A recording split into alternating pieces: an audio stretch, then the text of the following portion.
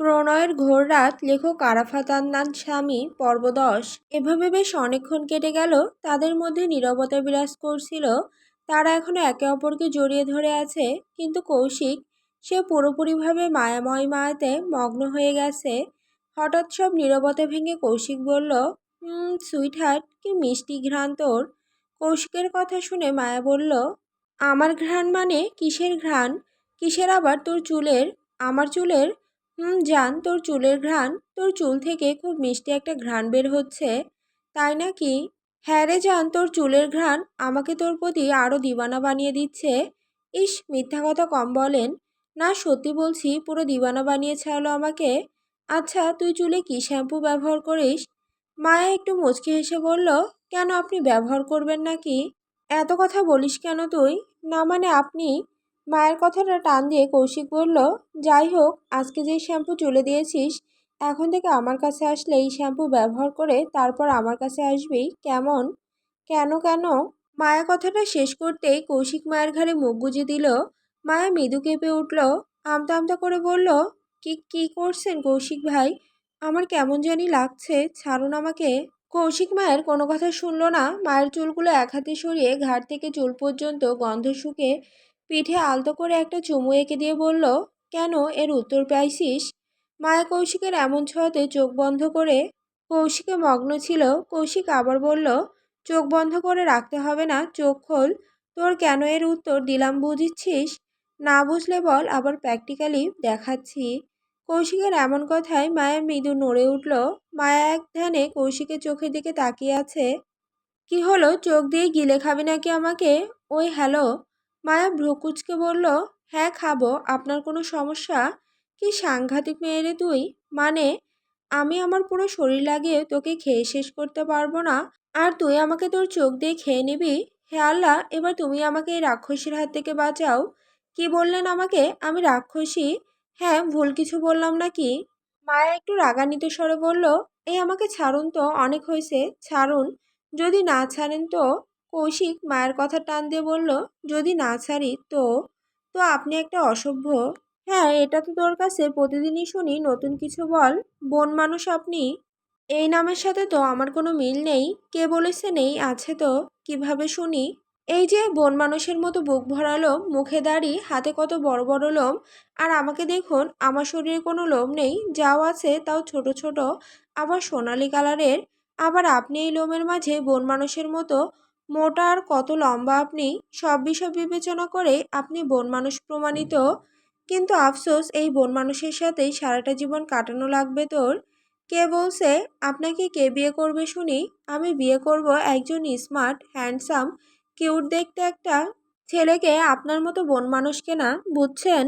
মায়ের কথা শুনে মুহূর্তের মাঝে কৌশিকের শরীর রাগে গদগদ করে উঠল।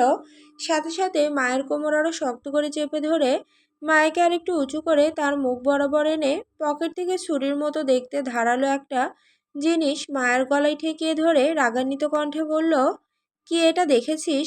একদম জানে মেরে ফেলবো। তুই শুধু আমার, কি বললাম শুনছিস? তুই শুধুই আমার। আমার মানে আমার, কারো এক বিন্দু পরিমাণও না। আর আমি বেঁচে থাকতে তোকে কখনো অন্য কারো হতেও দিব না। এই প্রথম কৌশিকের এমন রূপ দেখে মায়া ভীষণভাবে ভয় পেয়ে গেল। ভয়ে কুঁকড়ে যাচ্ছে মেয়েটা। আমতা আমতা করে বলল, এটা কি কি করছেন কৌশিক ভাই? সরান, এটা সরান প্লিজ। আরে আমি তো মজা করছিলাম। কৌশিক যথাযথভাবে নিজেকে শান্ত রেখে বলল, এমন মজা আর কখনো করবি না জান। না, এমন কিছু করবি? আচ্ছা, আর এমন মজা করব না। তবে তবে কি? মায়া লজ্জায় হালকা মাথা কৌশিকের বুকের দিকে রেখে বলল, তবে মাঝে মাঝে করব, আপনাকে এমন মুখে দেখার জন্য। এমন মুখে আপনাকে দেখতে ভালোই লাগে। তবে রে। এই বলে কৌশিক মায়ের ঠোঁটের দিকে এগোতে লাগলো। কৌশিককে কাছে আসাতে মায়া কেঁপে উঠল। নিজেকে ছাড়ানোর জন্য আপ্রাণ চেষ্টা করলো, কিন্তু পারল না। কৌশিক মায়াকে আরেকটু উঁচু করে নিল। এবার মায়ের পা মেঝে থেকে 2-3 ইঞ্চি উপরে উঠে গেল।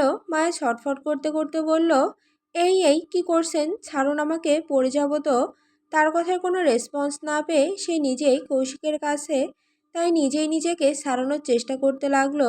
কৌশিক নেশাময় কণ্ঠস্বরে ফিসফিস করে বলল, সুইট হার্ট, এত নড়ছিস কেন?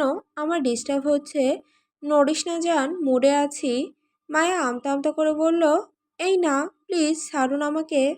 কৌশিক আবারও সেই নেশাময় কণ্ঠস্বরে বলল, চল না যান, খাট ভেঙে ফেলার কাজ শুরু করি, কিন্তু তার আগে একটা ডিপ কিসি হয়ে যাক। হ্যাঁ। এই না না না, এসব কি বলছেন? আপনি ছাড়ুন আমাকে। কৌশিক নিভু নিভু চোখে ক্রমশ মায়ের ঠোঁটের দিকে তার মুখ এগোতে থাকে।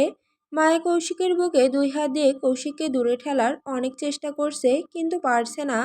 মায়া মনে মনে বলল, যে করেই হোক কৌশিক ভাইকে অন্যমনস্ক করে ছুটতে হবে, কিন্তু কিভাবে, কিভাবে করি? অমনি মায়ের মনে একটা দুষ্টু বুদ্ধি খেলে গেল। লজ্জায় ভরা মুখ নিয়ে কৌশিকের দিকে তাকিয়ে বলল, এসব ছোটখাটো জিনিস বাদ দেন কৌশিক ভাই, চলেন আগে খাট ভাঙার কাজটা সেরে ফেলি, কি বলেন? মায়ের এমন কথাতে কৌশিকের ঘোর কেটে গেল নিমিষেই। মায়াকে হালকা নামিয়ে দিল, কিন্তু এখনো কৌশিকের কবলে মায়া। কৌশিক উজ্জ্বল মুখে ঘোর লাগা কণ্ঠস্বরে বলল, সত্যি যান।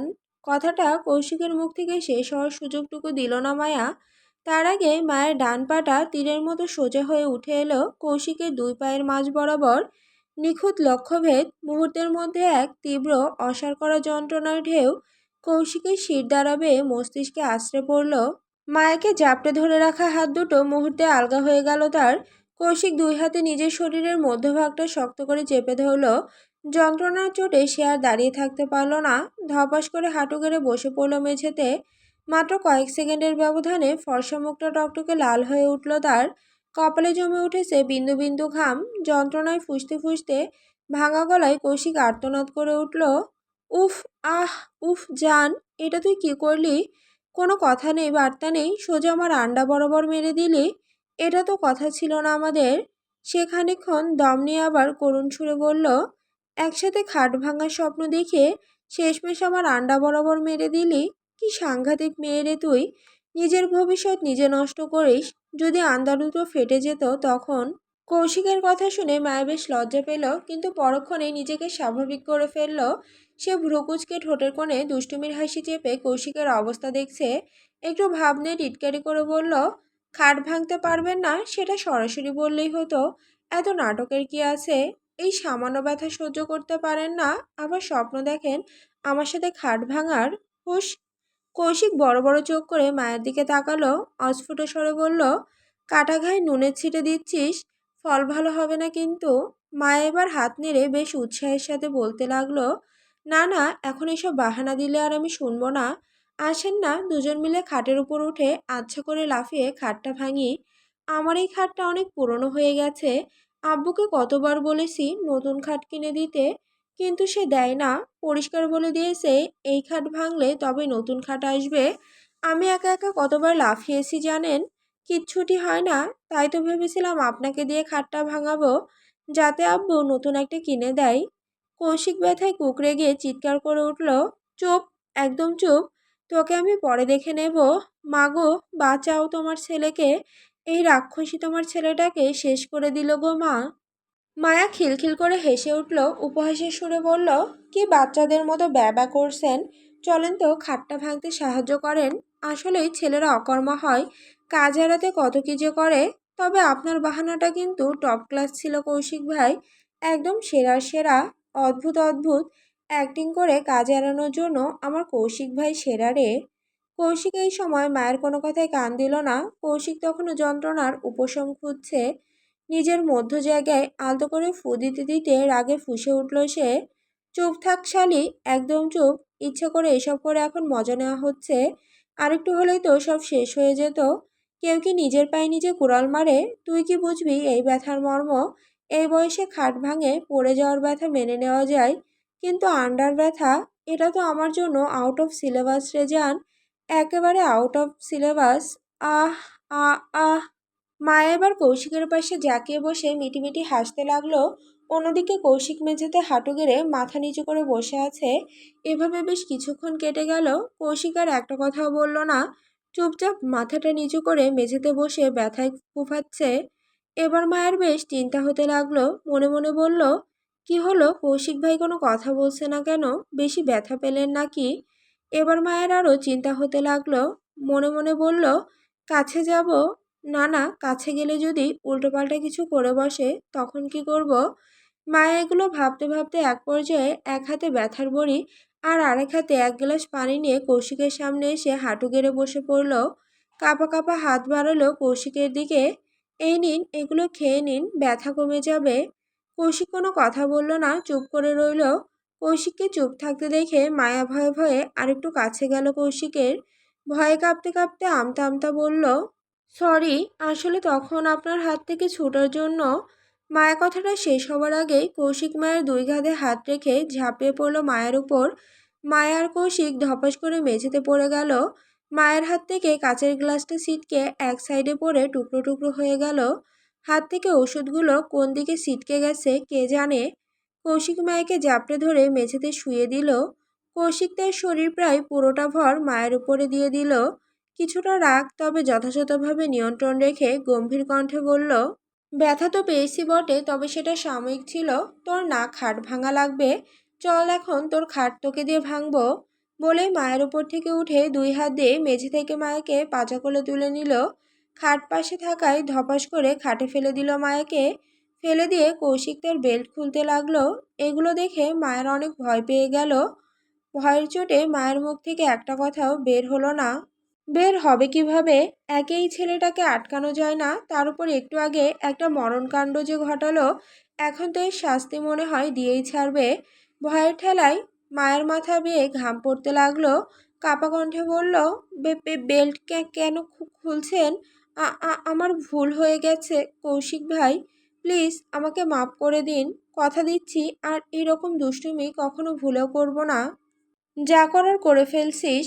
বলে কৌশিক একটানে পুরোটা বেল্ট খুলে ফেলল। খুলে আস্তে আস্তে বিছানায় উঠে মায়ের দিকে এগোতে লাগলো। মায়া ভয়ে কাঁপতে কাঁপতে বলল, সরি, বললাম তো আর কখনো করব না এমনটি। বলতেই মায়া কাঁদতে শুরু করে দিল। মায়াকে দেখে কৌশিক বলল, চোখে দেখছি অনেক পানি, এখন কান্না করছিস ভয়ের কারণে? করে নে কান্না, কিন্তু একটু পর তোর এই চোখের পানি সুখের কারণে বের হবে। মায়া আঁতকে উঠল, কাঁদতে কাঁদতে বলল, কৌশিক ভাই, ভুল হয়ে গেছে, আর করব না কখনো, প্রমিস। প্লিজ এমনটা করবেন না আমার সাথে।